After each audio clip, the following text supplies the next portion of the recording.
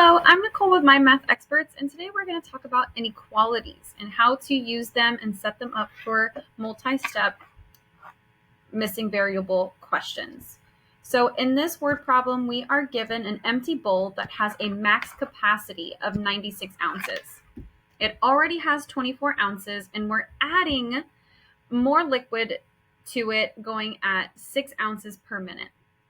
So we want to know how many minutes will it take for the bowl to be less than its maximum capacity. And we're going to use M to stand for the number of minutes. So our steps here are to write an equation, but it's going to be an inequality. So we will either use a less than or greater than symbol, or even a less than and equal to, or greater than or equal to inequality. And then just going through and using inverse operations we just saw for our missing variable.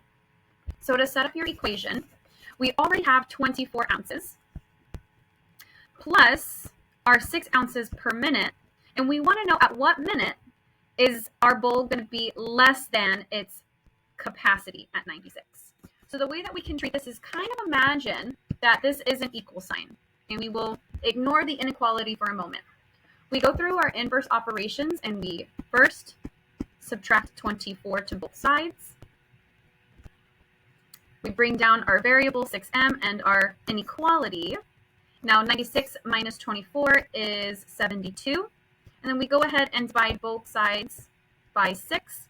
And we get that m is finally equal to 12. 62 divided by 6 is 12. So we have less than 12 minutes before the bowl starts to overfill, because that's our goal, right? We want it to get less than its max capacity at 96. So as soon as it hits that 12-minute mark, we are overflowing our bowl, and so we want to hit right under that 12. So answer A will be the first choice. Thank you. Have a nice day.